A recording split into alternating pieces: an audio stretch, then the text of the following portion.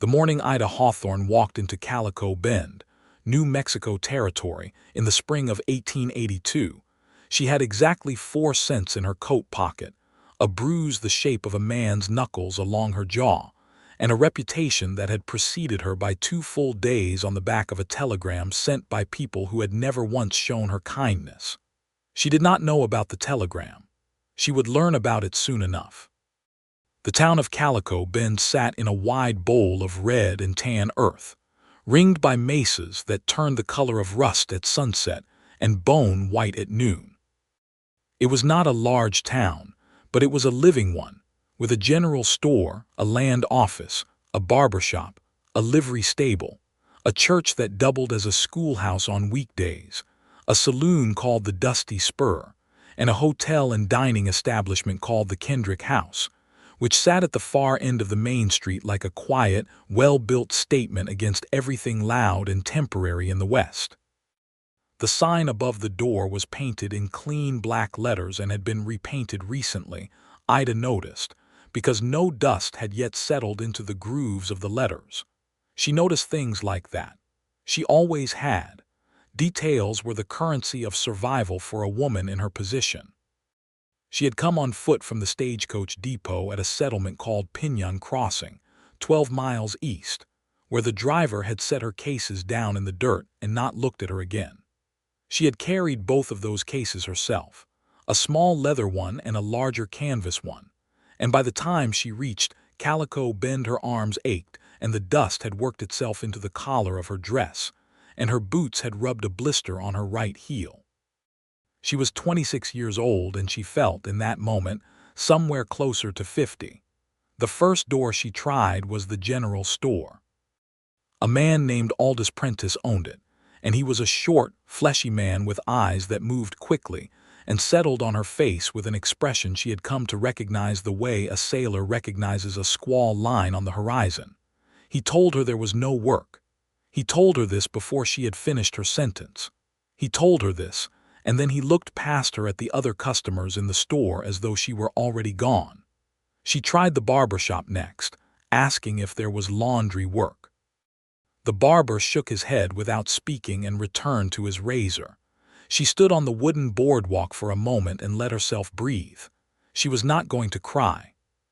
She had made herself that promise back in Santa Fe, standing outside the courthouse on the day everything she had built over 4 years was taken from her in the space of a 1-hour hearing.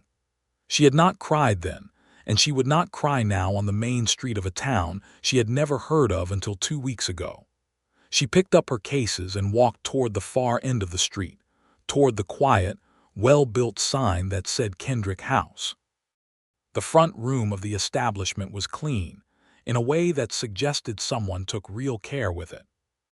There were 4 tables with checked cloths, an unlit fireplace with a swept hearth, and a bar counter along the left wall that served as both the dining room service point and the hotel's check-in.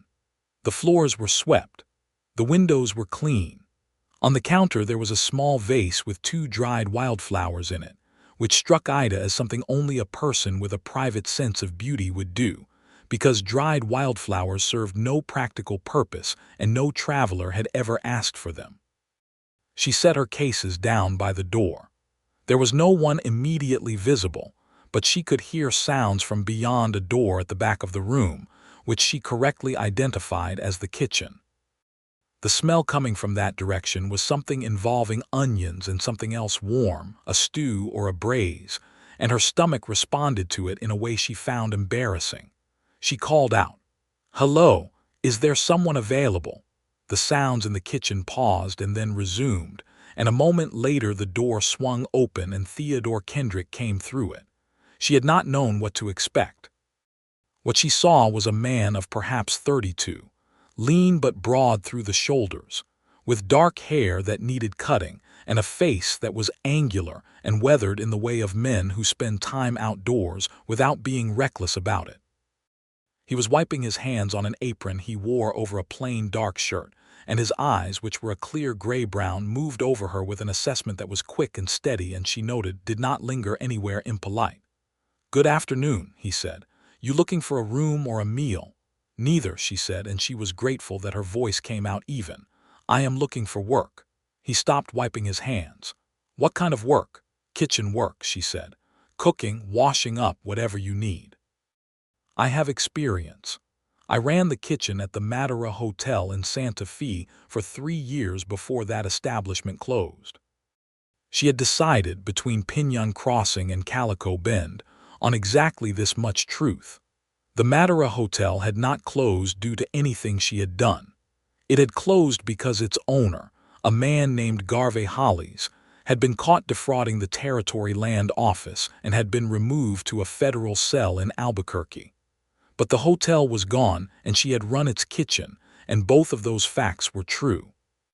What was also true, and what she did not say, was that in the months between the Madeira's closing and her standing in this dining room, she had been briefly and disastrously married to a man named Calvin Reese, a charming liar who had taken her savings, her furniture, her good name, and her sense of her own judgment, and had left her with a divorce that the respectable women of Santa Fe treated as though it were a communicable disease.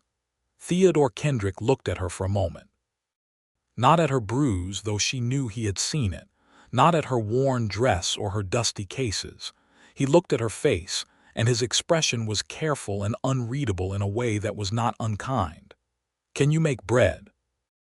She blinked. Yes. What kind? Whatever is needed. White cornbread, sourdough if you keep a starter.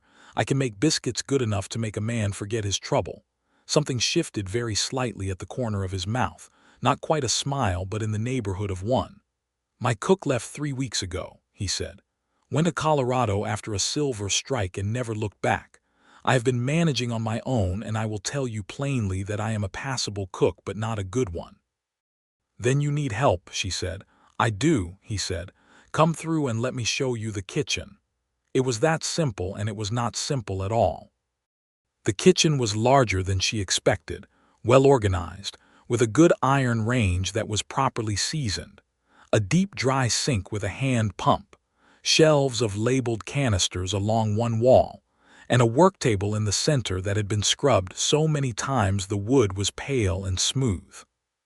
She could see the ghost of other people's work in that kitchen, the decisions about where to hang the ladle and where to stack the pie dishes, and she could also see the recent disruption, the half-finished organization, the jar of dried beans that had been moved twice and not put back in its original place, the pepper tin facing the wrong way. It's a good kitchen, she said. My father built it, he said. He built this whole establishment. He died 2 years ago. She nodded. She did not offer condolences because she did not know whether he wanted them, and she respected the information as information, given plainly and not as an invitation for pity. What is the wage? She said. He named a figure.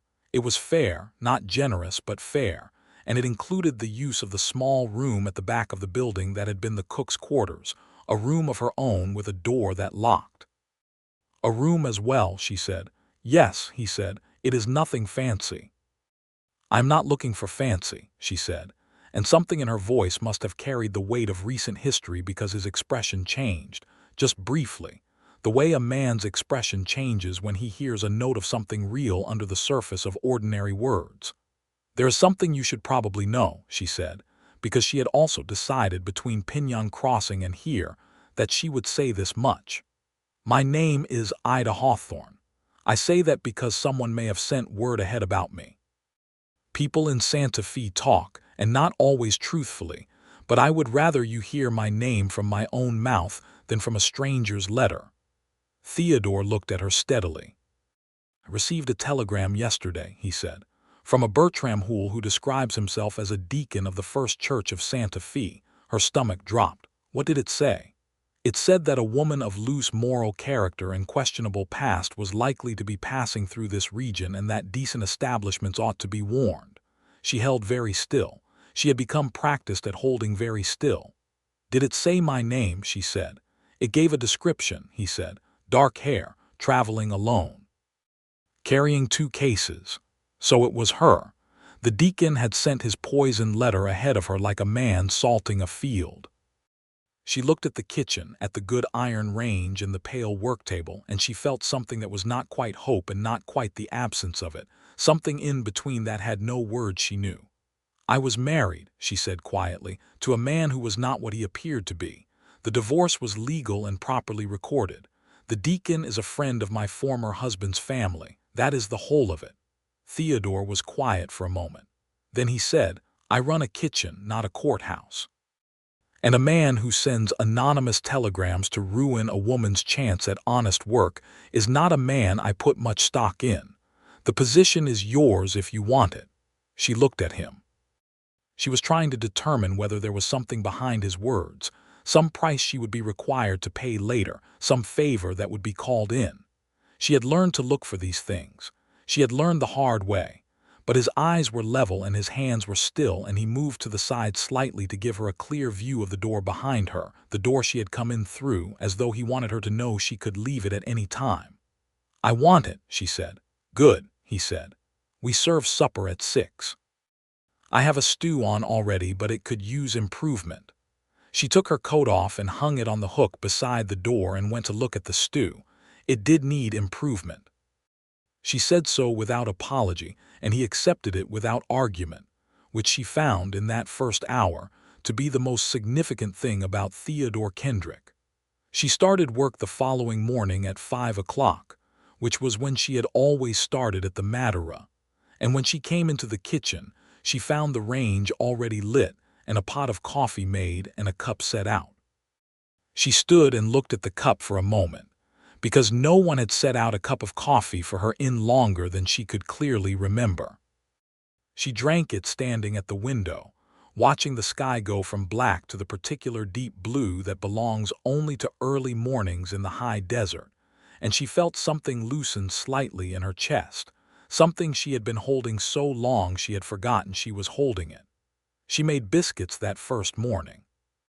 She made them the way her mother had taught her, with cold butter worked in by hand and buttermilk added a little at a time until the dough was just right, and she cut them and baked them, and when they came out of the oven, they were exactly what she had promised Theodore they would be.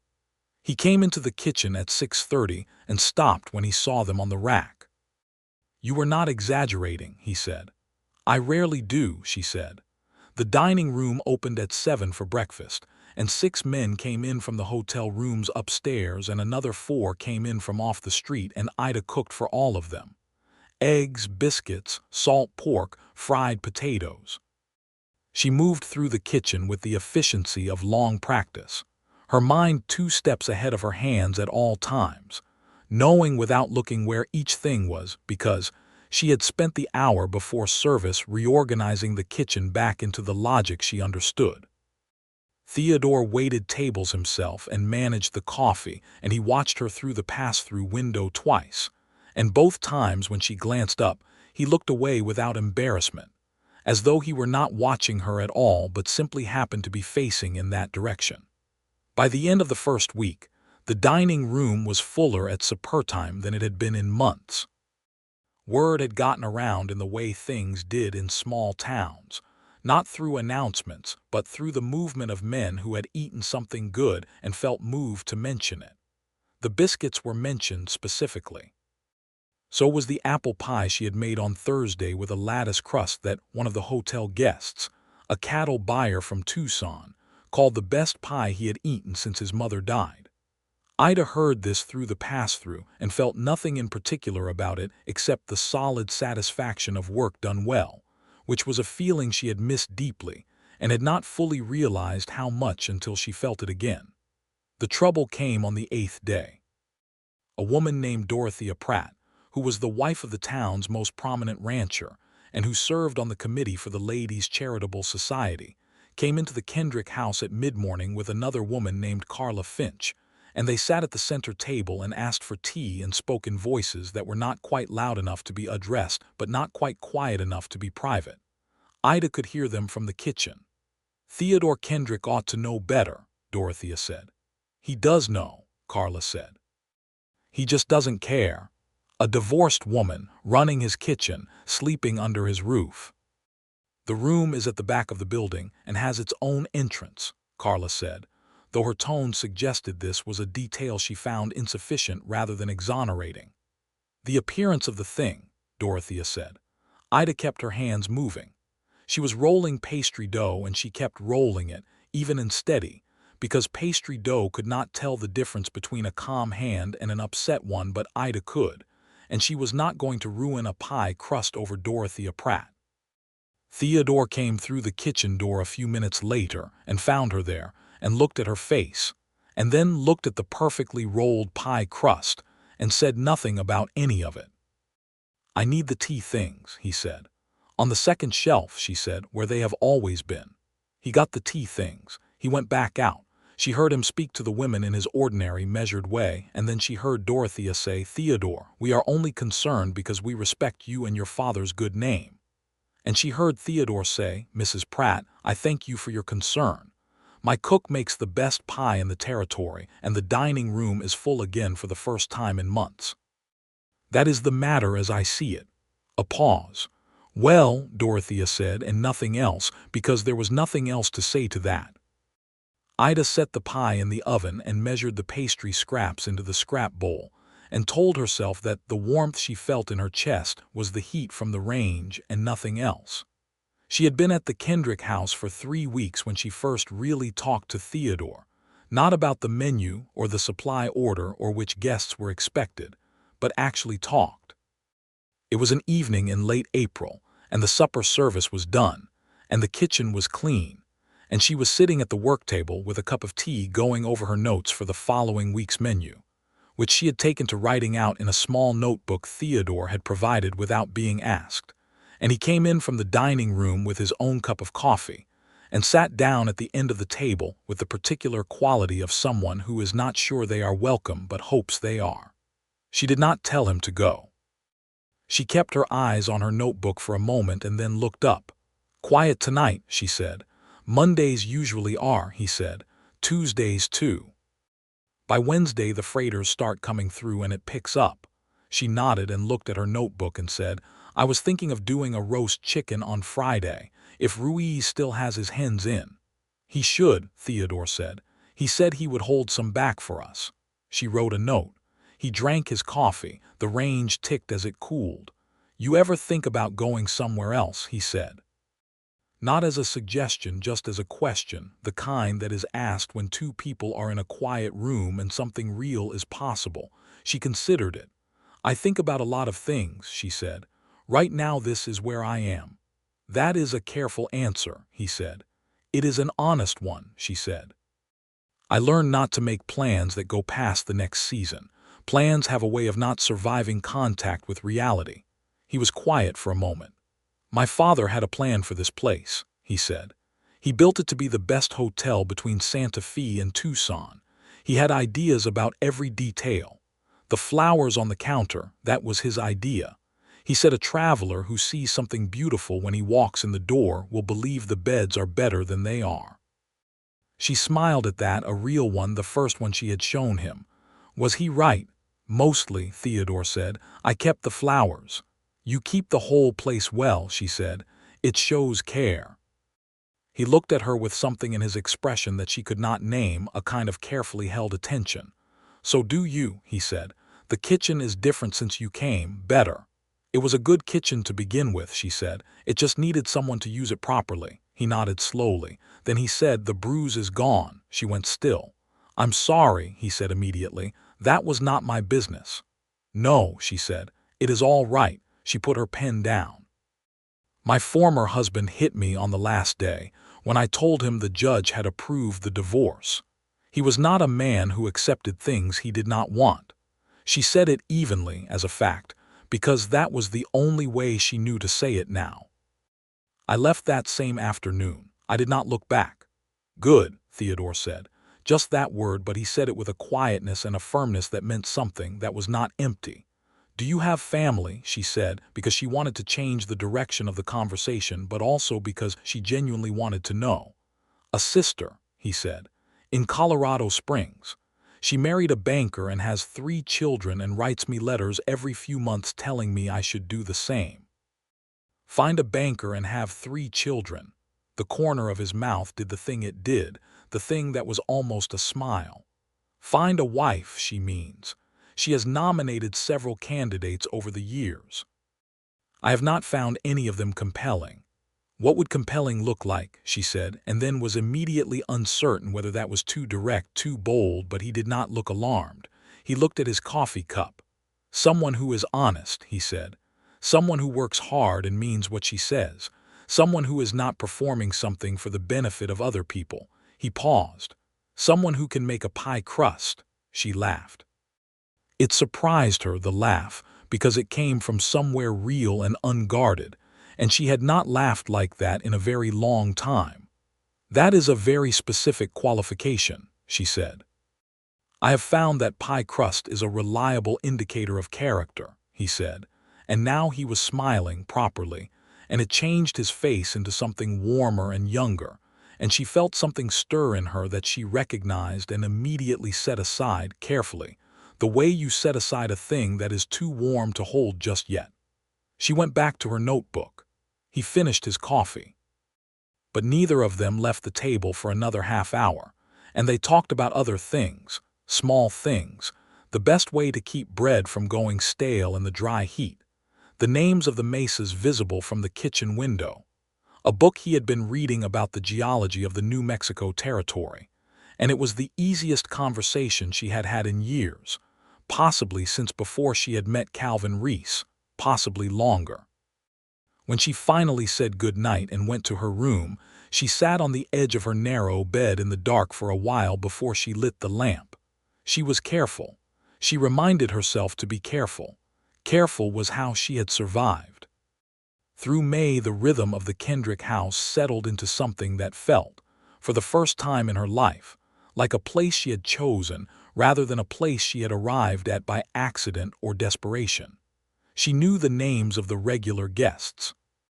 She knew that old Hector Solis, who ran freight between Calico Bend and the mining settlements to the north, always wanted his coffee black and his eggs soft, and that he would eat anything put in front of him but would leave a tip only if he got biscuits. So she always made biscuits on Thursday and Friday, which were his days through. She knew that the two men who worked the land office, Davies and Acaffer, came in for lunch on Tuesdays, and that Acaffer was from Virginia originally and missed corn pudding. So she put it on the menu on Tuesdays and watched the gratitude move across his face.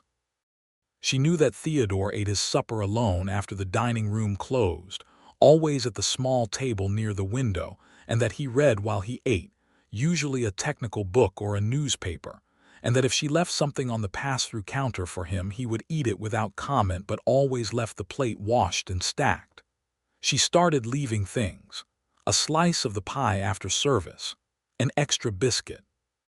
Once, when she made a Mexican chocolate cake from a recipe she had gotten from the cook at the trading post south of town, she left him 2 pieces because she had a feeling about him and chocolate cake, and she was right, because the next morning both pieces were gone and he came into the kitchen looking like a man who had experienced a personal event.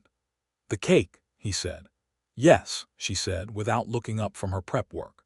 "Where did you get that recipe?" "Maria Estrada at the trading post. Her grandmother brought it from Oaxaca." He was quiet then. "You could put that on the menu."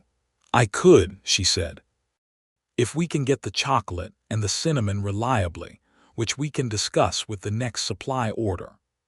He sat down at the work table, which he had started doing more often, and they talked through the supply order together, which was something they had begun to do as a matter of practical necessity, and which had become something she looked forward to without admitting this to herself with any particular clarity.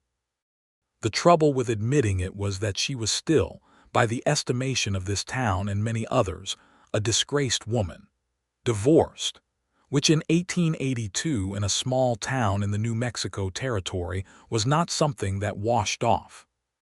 It sat on a woman's name like a stain, and the women who had never made a mistake and the men who had made many but been forgiven for all of them would remind you of it at every opportunity. She knew what she was to them. She had walked into this town with 4 cents and a damaged reputation, and she had asked only to work, and she was working, and the work was good and honest and hers, and that was enough. It had to be enough. In late May, Calvin Reese came to Calico Bend.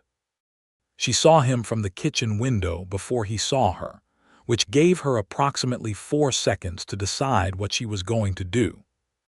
He was crossing the street from the direction of the dusty spur, which meant he had already been drinking, and he was looking at the sign above the door with the focused attention of a man who had been given an address. She took off her apron. She hung it on the hook. She walked out through the kitchen door and through the dining room and out the front door and onto the boardwalk, and she stopped there and let him see her first before he could come inside and see her in the middle of her work. He looked the same. That was the disorienting thing about men like Calvin Reese. They always looked the same, handsome and easy in themselves, wearing their charm the way other men wore a good coat. "Ida," he said with a smile, as though they had simply not seen each other in a while and there was nothing complicated between them. "Calvin," she said, "I heard you landed on your feet." He looked at the building behind her. "Nice place." "What do you want?" she said, not a question, a statement that required an answer. "I am passing through," he said. "Thought I'd look in on you." "I do not want you in this establishment," she said. "I will ask you to keep walking." His expression shifted, that familiar movement from pleasant to something harder underneath it. "You always were too proud," he said, "for a woman with nothing." "I have work," she said, "and I have a roof and I have my own money, which is more than I had the day I met you and significantly more than I had the day I left you." He looked at her for a moment with that hard expression, calculating whether it was worth pursuing, and then something behind her shifted, and she heard the door open and Theodore was there, standing just behind her right shoulder, and he said nothing at all, just stood there, and his stillness had a quality to it that changed the atmosphere on the boardwalk in a way that made Calvin Reese reassess the situation with visible speed. "Passing through," Calvin said again to no one in particular, and then he walked away down the street without looking back. Ida stood and breathed. She was aware of Theodore behind her and aware that her hands were shaking slightly and aware that she did not want him to see the shaking. She pressed her hands against the front of her dress. "Is that him?" Theodore said. "Yes," she said, a moment of silence. "Do you need me to do anything?" "No," she said. "I need him to keep walking and I believe he will." "All right," he said. She turned and went back inside, and he held the door for her without making anything of it, and they went back to the kitchen together, and she put her apron back on, and he went to the supply ledger, and they continued their day. And the fact that he had simply come and stood and said nothing that was not necessary was the most useful thing anyone had done for her in several years. She thought about it later in her room. This quality he had of giving exactly what was needed and nothing more and nothing less, and she understood that it was rarer than it seemed. The summer came in like a wave of heat and light, and the territory became the particular golden and merciless thing it always became in July and August. The dining room traffic shifted, more travelers moving through, more cattle drivers coming in from the long drives, more noise and dust and appetite. Ida expanded the menu.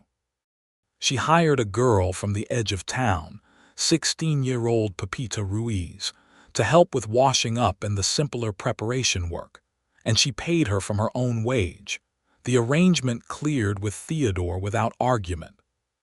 Pepita was small and quick and curious about everything, and she had a grandmother who had been cooking in this part of the world since before it was American territory. And between them, they began to introduce things to the Kendrick House menu that nobody had served in a hotel dining room in this part of New Mexico before. Dishes that sat at the border of different worlds. The chili braised beef that became the most requested item on the supper menu. The honey cake with desert herbs that one traveling journalist ate and then mentioned in his newspaper column. The roasted corn dishes that tasted of summer and fire. Theodore read the newspaper column aloud to her over the supply ledger one Tuesday morning in August, and when he finished, he set the paper down and looked at her with an expression that she was learning to read. This man who was spare with his words and generous with his attention. "He says, and I am quoting directly," Theodore said, The Kendrick House in Calico Bend offers the finest table to be found in the New Mexico territory, owing in no small part to the extraordinary talent of its cook, whose name I unfortunately did not obtain but whose biscuits alone would justify a considerable detour. Ida set down her pen. "He should have asked my name," she said, but she was smiling. "He should have," Theodore said. He was looking at her in that way again, the careful, full attention. "You have made this place what my father wanted it to be." She felt warmth move through her chest, different from the range heat, different from simple satisfaction. The kitchen was already good, she said, which was the same thing she had told him on the first day, but this time it felt like a different kind of statement, one that contained more.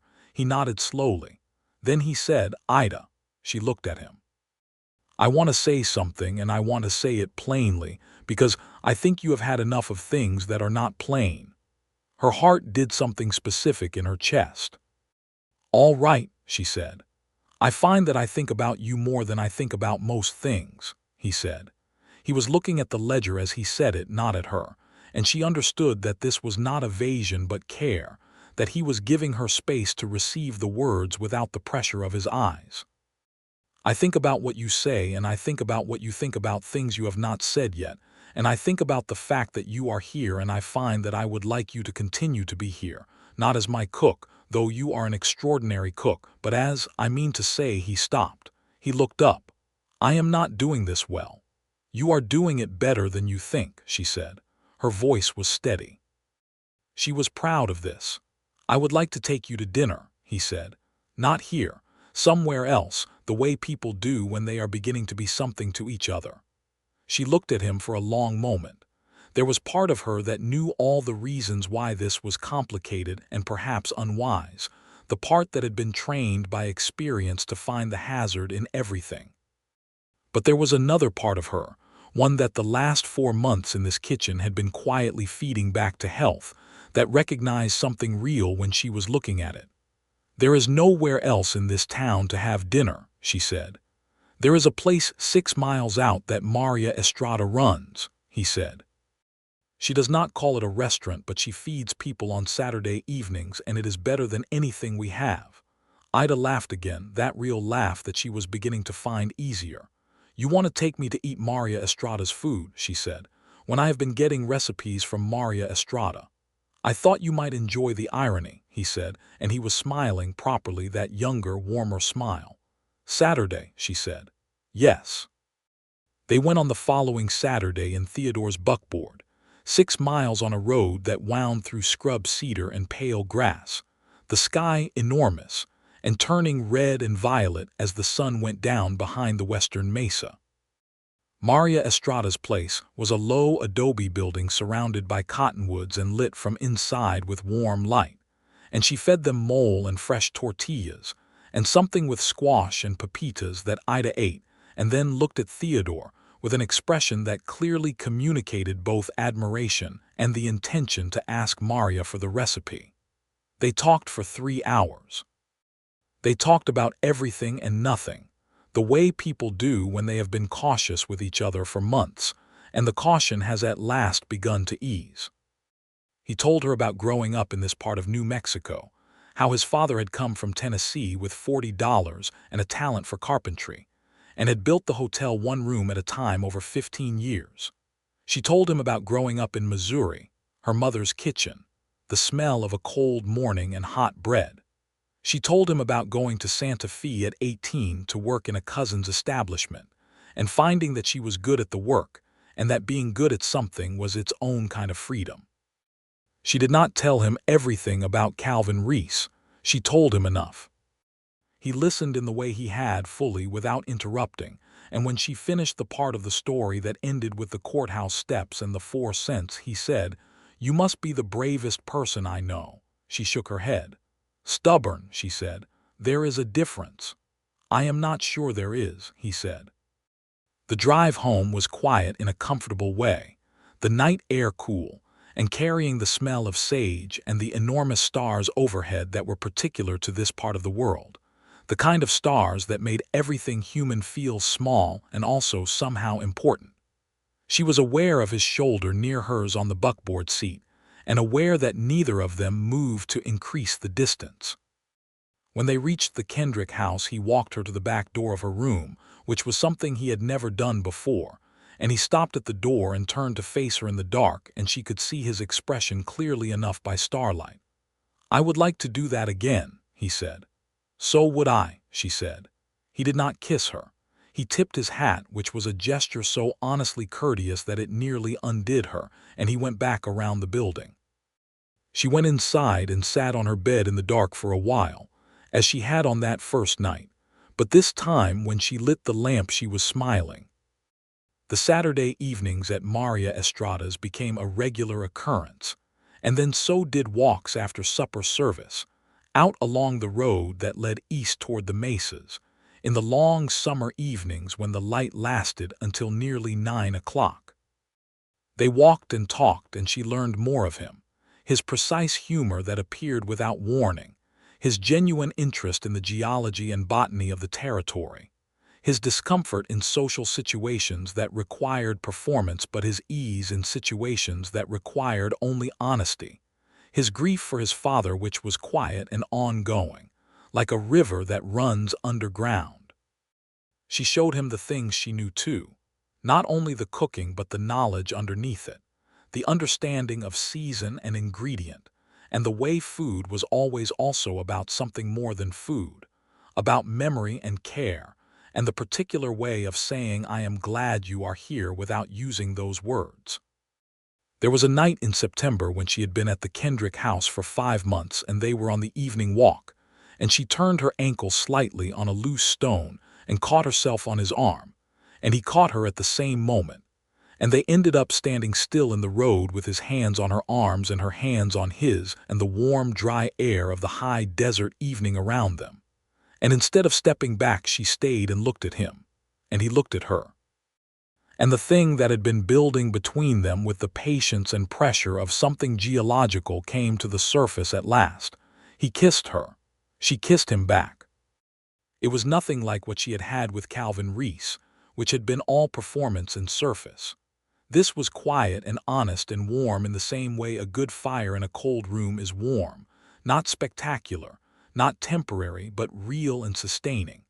When they separated, he kept his hands on her arms for a moment and looked at her with an expression that was open in a way she had not seen on him before, unguarded. "I should have said this sooner," he said. "You said it exactly when it was right to say it," she said. He walked her back, and at the back door of her room he did kiss her again, briefly, and then he went inside with the particular walk of a man who is trying to appear composed. She leaned against the door of her room and looked up at the stars and felt, for the first time in a very long time, that things might be genuinely all right. The autumn brought its own complications, because things that mattered rarely arrived without them. In October, Dorothea Pratt's husband, who was a large, loud man named Gerald Pratt and who ran cattle on 12,000 acres north of town, came into the Kendrick house dining room at noon on a Wednesday and sat down and ordered his meal. And when Ida brought it out herself because Pepita was in the back, he looked up at her and said, in a voice sized for the whole room, "You know they are talking about you and Kendrick all over town." Ida set his plate down.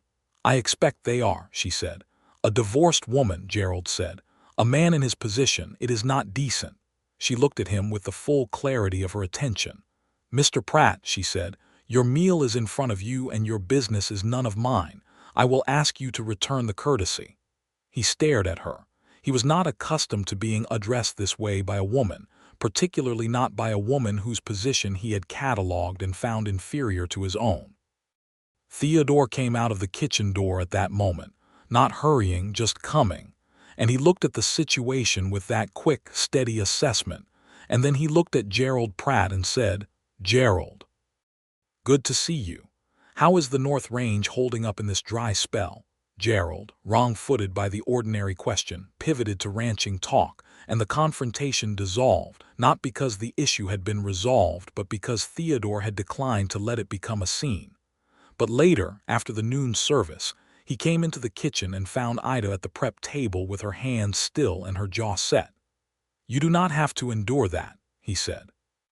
I have been enduring it my whole adult life, she said, without bitterness as a fact. That does not mean you have to continue, he said. She looked at him. What are you saying? He stood still for a moment. He was doing what she had come to know as his thing, the careful assembling of words into exactly what he meant to say. I am saying that I would like to ask you something, he said. And I want to ask it properly, not as a solution to Gerald Pratt or Dorothea Pratt or anyone else, but because it is what I want and I believe it is what you want, and I think we have both been honest enough with each other to say so. Her hands were still on the prep table. Ida, he said, I would like to marry you if you are willing, not because of what people say and not in spite of it either, because I want to spend my life with you in this place, and I believe you are the best person I have ever known. She was quiet for a moment. She looked at the kitchen that had become hers, the range that she had learned and the shelves she had reorganized, and the pale worktable that now had her own marks on it alongside the older ones. She looked at this man who had given her work and a roof, and a locked door and coffee in the morning, and had stood on the boardwalk beside her without saying anything unnecessary, and had listened without interrupting, and had kissed her honestly in the road at dusk. She looked at him, and she thought about respect, which was the word that had been missing from her vocabulary for so long she had almost stopped knowing she missed it. She had asked only for work, and he had given her work, and he had given her respect, and she had not known, standing in this kitchen on that first day, which one she needed more. She understood now that they were not separate things, that work done in respect was a different thing entirely from work done without it. Yes, she said. He breathed in a way that told her he had been more afraid of a different answer than he had let on, and she found this deeply and specifically dear. He crossed the kitchen and took her hands from the work table, her flour-dusted hands, and held them in both of his, and she held his in return. I will do better than Calvin Reese, he said. I cannot promise many things with certainty, but I can promise you that. I know it, she said. You already have. They were married in November, in the church that doubled as the schoolhouse, on a Thursday afternoon when the light came through the west-facing windows in long golden bars that caught the dust motes and turned them to something like light. Maria Estrada was there and brought tamales, which was not traditional but was wonderful. Pepita Ruiz was there in a good dress and cried, which surprised everyone including Pepita. Hector Solis came in his Sunday hat and shook Theodore's hand with both of his and called him a sensible man. The hotel guests who happened to be there that week came because the word had gotten around and there was nowhere else in town to be. Dorothea Pratt did not come. Ida had not expected her to. The few people who had been genuinely kind to Ida since her arrival, the land office man Akaffer and his wife, Maria Estrada, old Hector, they filled the church with enough warmth to make the absence of others feel like what it was, not a wound but simply the nature of things. Theodore stood at the front of the church and waited for her, and when she came down the aisle in her best dress, which was a dark blue the color of the sky just after sunset, he looked at her with an expression so complete and undefended that she felt it go through her like warmth. The minister, a careful, kind man named Reverend Alcott who had never once made a comment about her history, said the words and they said the words back, and the afternoon light moved across the floor while they did. They had their wedding supper in the Kendrick House dining room, which Ida had decorated herself with dried flowers and good candles, and Pepita and Maria together had cooked the whole meal as a gift, which meant that Ida got to sit at her own wedding supper without once thinking about a roux or a rising time, and she sat beside Theodore and ate and talked and laughed, and the room was warm with people who meant well, and the night outside was cool and clear with stars.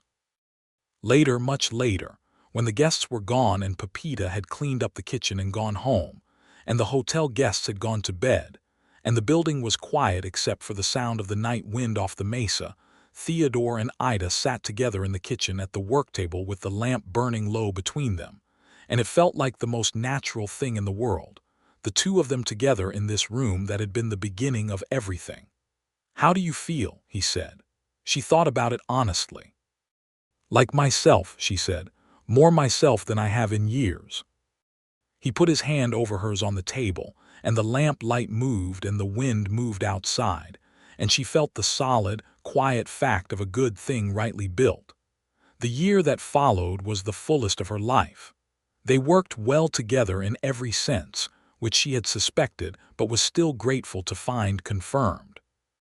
The hotel grew in reputation and in business, partly from the newspaper column that had mentioned the biscuits and partly from the word of mouth that followed genuinely good work. And by the spring of 1883, they were full most nights and turning people away on weekends.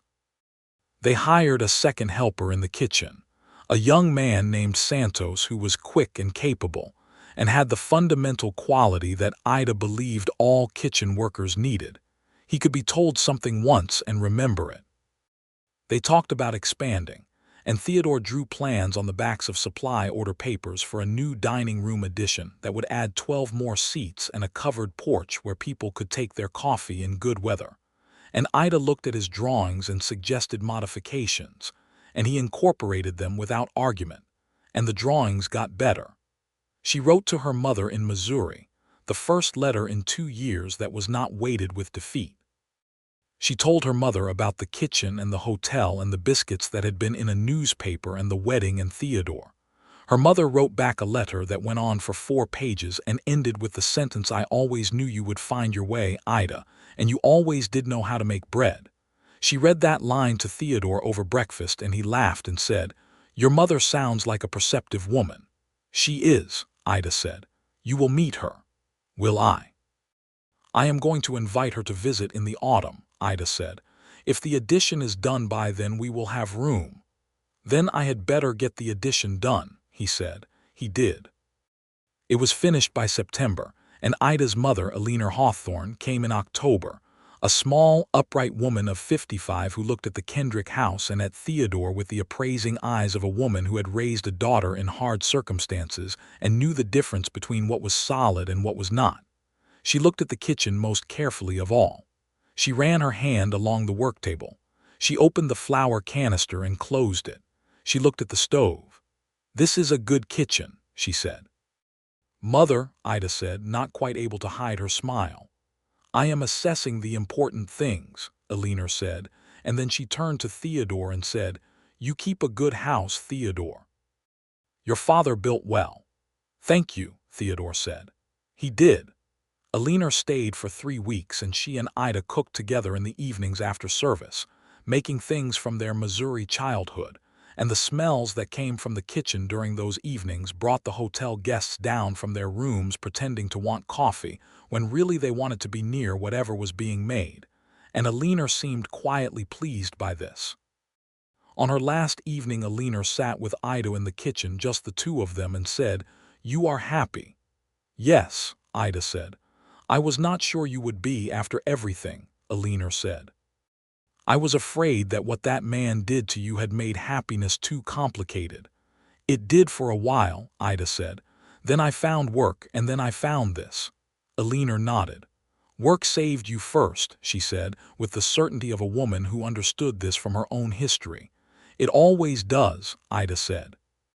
Her mother left on the Thursday stage, and Ida stood on the boardwalk watching the stage go until it turned the corner past the livery and disappeared. And Theodore came and stood beside her, and she leaned into his shoulder, and he put his arm around her, and they stood there in the October wind. In December of 1883, Ida discovered that she was going to have a child. She told Theodore on a Sunday morning in the kitchen, which was the room where the important things always seemed to happen between them, and she told him plainly as she told him everything, and his face did something she had never seen it do before. It opened completely, all the measured carefulness gone, replaced by something wide and unguarded and purely glad. He crossed the kitchen in 4 steps and took her face in his hands and looked at her with those gray-brown eyes fully open and said, "Are you well?" "How do you feel?" "Very well," she said. "A little sick in the mornings, but that is apparently normal." He kissed her forehead and then her face and then held her against him, and she felt his hands on her back, steady and careful, and the stove ticked behind her, and outside the December wind moved across the mesa, and she felt, in the fullness of that moment, the particular completeness of a life that has been broken and put back together with something better than the original material. They talked about names for a long time through the winter, and Theodore had a list which she found both endearing and typical of him, organized by his own internal logic. She had a shorter list. They argued pleasantly about the lists for several weeks. In August of 1884, their son was born.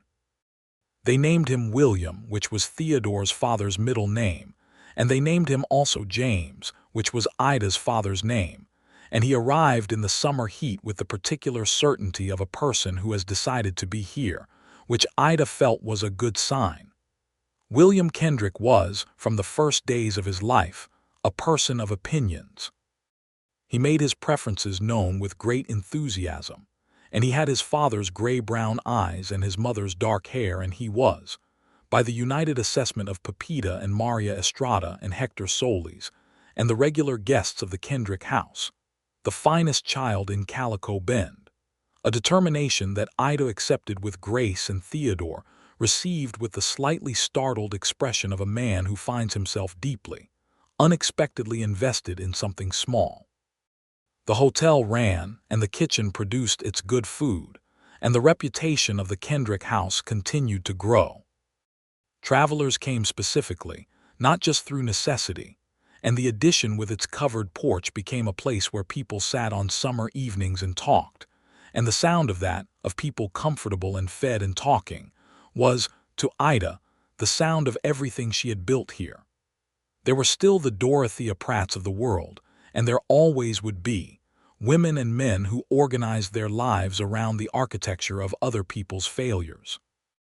But Ida had learned, in the years since she had walked into this town with 4 cents and a damaged reputation, that the opinion of people who had chosen cruelty was a currency she did not need to spend her energy on.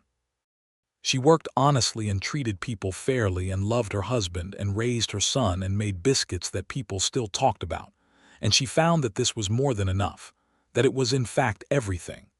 Calvin Reese passed through the territory once more in the summer of 1884, and Ida heard from Hector Solis, who heard from a freighter, that he had gotten himself into debt trouble in Arizona territory and was heading north.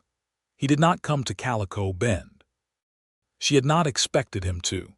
Men like Calvin Reese had a perfect instinct for where they were welcome and where they were not, and she had long since made clear to the world which category applied here. The Deacon Bertram Hoole, whose telegram had preceded her into Calico Bend all those years ago, she thought about occasionally, not with anger, which would have required too much of her, but with a kind of clear-eyed recognition. He had thought he was destroying something by sending that telegram. Instead, he had sent her toward the one place where the telegram did not matter, toward a man who had read it and set it aside because he was more interested in what a person could do than in what others claimed about them. She mentioned this to Theodore one evening while William slept and the hotel was quiet. She was sitting with her mending and he was reading, and the lamp made a warm circle between them, and she said, "Do you remember the telegram from the deacon?" He looked up. "Yes. He thought he was warning you away from me," she said. "I know," he said. "Instead, he gave me my direction," she said. "By spreading the story, he ensured it would travel ahead of me and that most places would not have me. So the only place left was somewhere that would not hold it against me." Theodore looked at her steadily. "He gave us both something then," he said, "though he would hate to know it." "Tremendously," she agreed, and they both smiled and went back to their reading and their mending, and the night was quiet and good around them. By 1885, the hotel had earned enough to justify a second expansion, not to the building itself, but to the scope of what it could offer, and they talked about adding a proper bakery component, selling bread and pastry to the town directly rather than only through the dining room. It had been Ida's idea, and it had grown from a passing thought into a real plan over the course of several months of conversation. Theodore drew more plans. Ida wrote out the logistics. They sat at the work table on winter evenings with William asleep in the corner in his basket, growing steadily larger and more opinionated. And they argued about the merits of a wood-fired outdoor oven versus an expansion of the current range. And both of them enjoyed the argument in the way that people enjoy arguing about things they care about with people they trust. They expanded the baking operation in the spring of 1885 with a proper outdoor wood-fired oven that Maria Estrada's husband helped build, following designs Ida had found in an agricultural journal from back east. The first day it was operational, Ida made 6 loaves of bread and 2 pies and a tray of sweet rolls, and she set them all out on a counter visible from the street, and the bread sold out in 2 hours. Pepita, who was now 19 and had been Ida's kitchen companion for 3 years, said she wanted to learn to bake properly, not just help but truly learn, and Ida began teaching her with the same seriousness her own mother had brought to teaching Ida, because she believed that real knowledge was a thing you passed on and not a thing you kept. There was a period in the autumn of 1885 that was the nearest thing to difficulty they faced as a couple. The dry spell that had been affecting the territory for 2 summers became a full drought, and the supply lines grew unreliable, with the freighters unable to guarantee delivery dates. Prices on staples went up, and the quality of what arrived went down, and Ida found herself managing a kitchen with less than she was accustomed to working with. She adapted, which was what she did, and the process of adaptation under pressure brought out a creativity in her kitchen that Good Times had not. She went back to what she knew of desert cooking from Maria Estrada, and from the old knowledge that existed in this place before any of them arrived, the knowledge of what grew here and what could be made from it. The piñon nuts and the dried chilies, and the ways of preserving and stretching that the people of this land had understood for generations. The Mexican chocolate cake became more common on the menu because cacao came from the south, and the supply lines to the south held better than those from the east. She made dishes that were new to the hotel guests, but that had history in this country stretching back centuries. And the dining room, rather than suffering in the drought, developed a reputation for something that a guest from Boston, a writer, described in his travel journal as a genuinely regional cuisine. Theodore managed the business side through the drought with the same careful attention he brought to everything, not panicking, not overcorrecting, making measured decisions and explaining them to Ida because he had always treated her as a partner in the full sense of the word and had no intention of changing this. In the spring of 1886, when the rains came back and the supply lines recovered, the Kendrick house was not only intact but had grown a reputation that was now firmly, undeniably its own, not a frontier hotel that happened to have good food but a destination, a place that people mentioned by name in letters and diaries and the occasional newspaper column. And in the summer of 1886, Ida told Theodore, again in the kitchen on a Sunday morning, that they were going to have another child. His face did the same thing it had done the first time, that complete opening, and she thought that this was one of the things she loved most about him, that he did not become less moved by the important things as time went on, that familiarity had not made him smaller. This child arrived in February of 1887, in the middle of a snowstorm that was unusual enough for the high desert to be remarked upon for years afterward.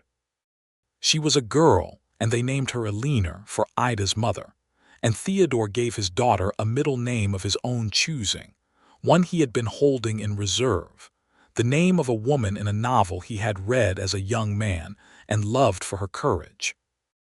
Eleanor Kendrick was smaller than her brother had been and made no immediate announcement of her preferences, arriving with a kind of watchful quiet that Ida recognized as something specific and dear, the quality of a person who is paying close attention to the world before deciding what to say about it.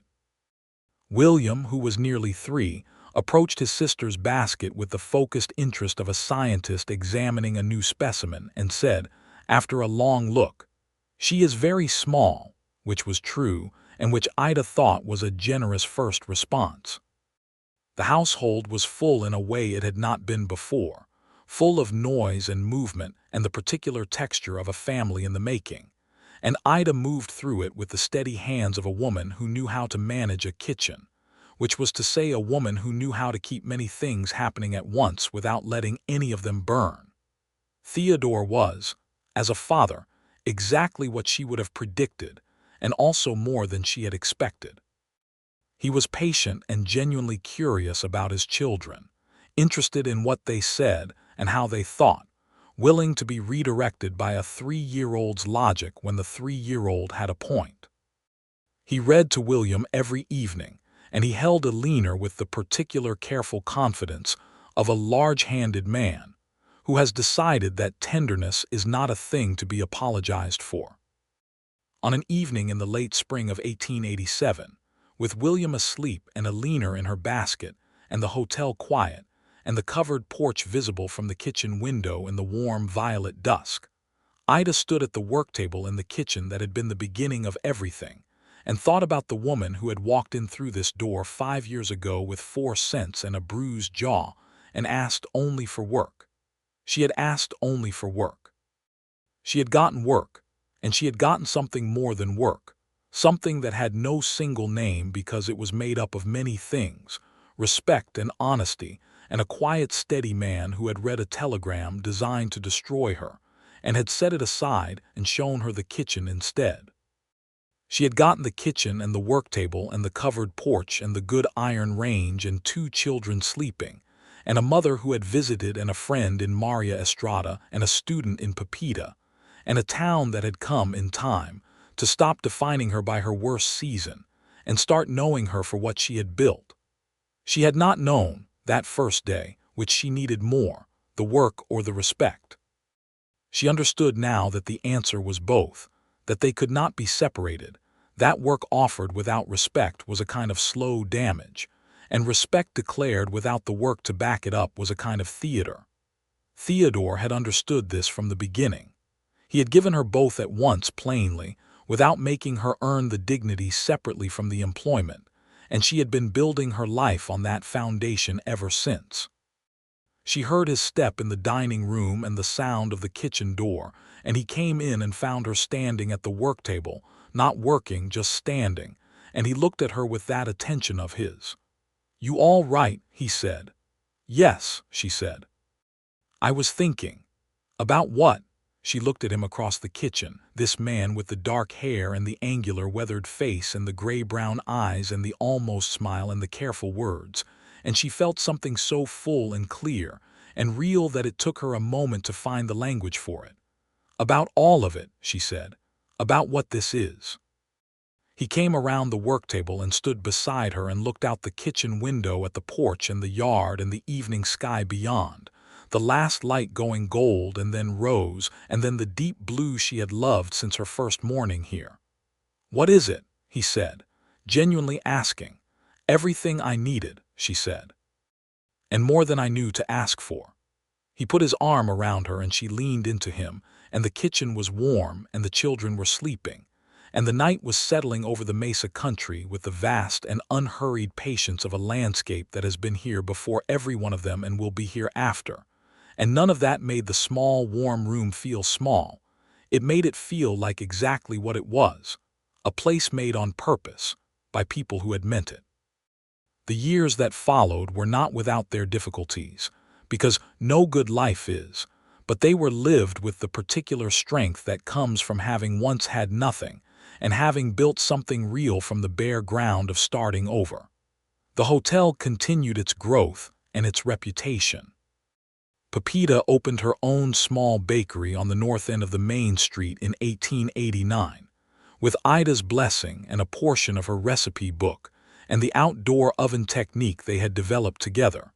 And Ida felt a deep and specific pride at the sight of the sign above Pepita's door, the same pride her mother had likely felt watching her. Maria Estrada's husband took ill in 1890 and Theodore organized, quietly and without announcement, a collection among the hotel's regular guests and the merchants of Calico Bend that covered the medical costs, and Maria knew who had organized it and came to the kitchen one afternoon and held Ida's hands and said, "You found a good one." And Ida said, "I know it." And they held each other's hands for a moment in the kitchen, and that was all that needed to be said. William grew into a serious, curious boy who showed an early interest in both books and horses, and who had his father's steadiness and his mother's directness. And by the time he was 7, he was helping in the dining room on weekend mornings with a gravity that made the guests treat him with a respect that Ida watched and found deeply satisfying. He was the kind of child who made you believe in the world. Eleanor, who had arrived watchful and quiet, grew into a person of surprising humor and absolute determination, with her mother's dark hair and her father's architectural precision in everything she did. And she took to the kitchen early, not because anyone pushed her, but because she wanted to know how things worked. And by the time she was 4, she could tell you what the bread dough needed by the feel of it in her hands. On a Sunday morning in the autumn of 1891, which was 9 years from the morning Ida had walked into Calico Bend, Theodore found her in the kitchen making bread. This was not unusual. What was unusual was that she was also singing, something she did only when she thought no one could hear, a song from her Missouri childhood that her mother had sung on bread mornings. He stood in the doorway and did not interrupt, because he knew this, too, was not a moment that needed to be made larger. She heard him eventually, or perhaps she felt him there, and she turned and they looked at each other across the kitchen, the bread dough on the worktable between them, the range lit, the morning light coming through the clean window. "I was thinking," she said, "that I would write to Mother and ask if she would like to come for Christmas. Bring her out here properly." "She can stay in the corner room," he said. "I will have Santos clear it this week." "She will want to cook," Ida said. "She will take over the kitchen." "Then she and I will negotiate," Theodore said. "I am not afraid of Eleanor Hawthorne," she laughed. "You should be," she said. "She is formidable." "I married her daughter," he said. "I know exactly how formidable." She threw the dish towel at him. He caught it, which he always did, and folded it and set it on the counter, which he also always did, and they smiled at each other across the kitchen with the full and uncomplicated happiness of people who have made something together that is worth the making. Outside, the autumn morning light came through the clean windows and moved across the pale work table. The bread dough sat resting under its cloth, rising the way bread dough does when it is made with care and patience, slow and certain and guaranteed to be good. The Mesa country spread out beyond the window, red and tan and ancient, unchanged by any of their stories, vast and beautiful and entirely indifferent to the small, warm light in the kitchen, which was, in the end, exactly what made that light so precious. Ida turned back to her bread and put her hands in the dough and felt the particular quiet satisfaction of a woman in her kitchen, in her life, in the place she had chosen and been chosen by, and the morning moved around her with the unhurried, generous pace of a life that has found its right shape at last. William came downstairs at 7, loud and hungry, and Eleanor followed him at 7:15, quieter and more intentional, and Theodore put coffee on and Ida put the bread in the oven and the kitchen filled with the smell and the noise of a family in the morning, which was its own kind of music, unrepeatable and specific to these people in this place on this day. The bread came out perfect. It always did.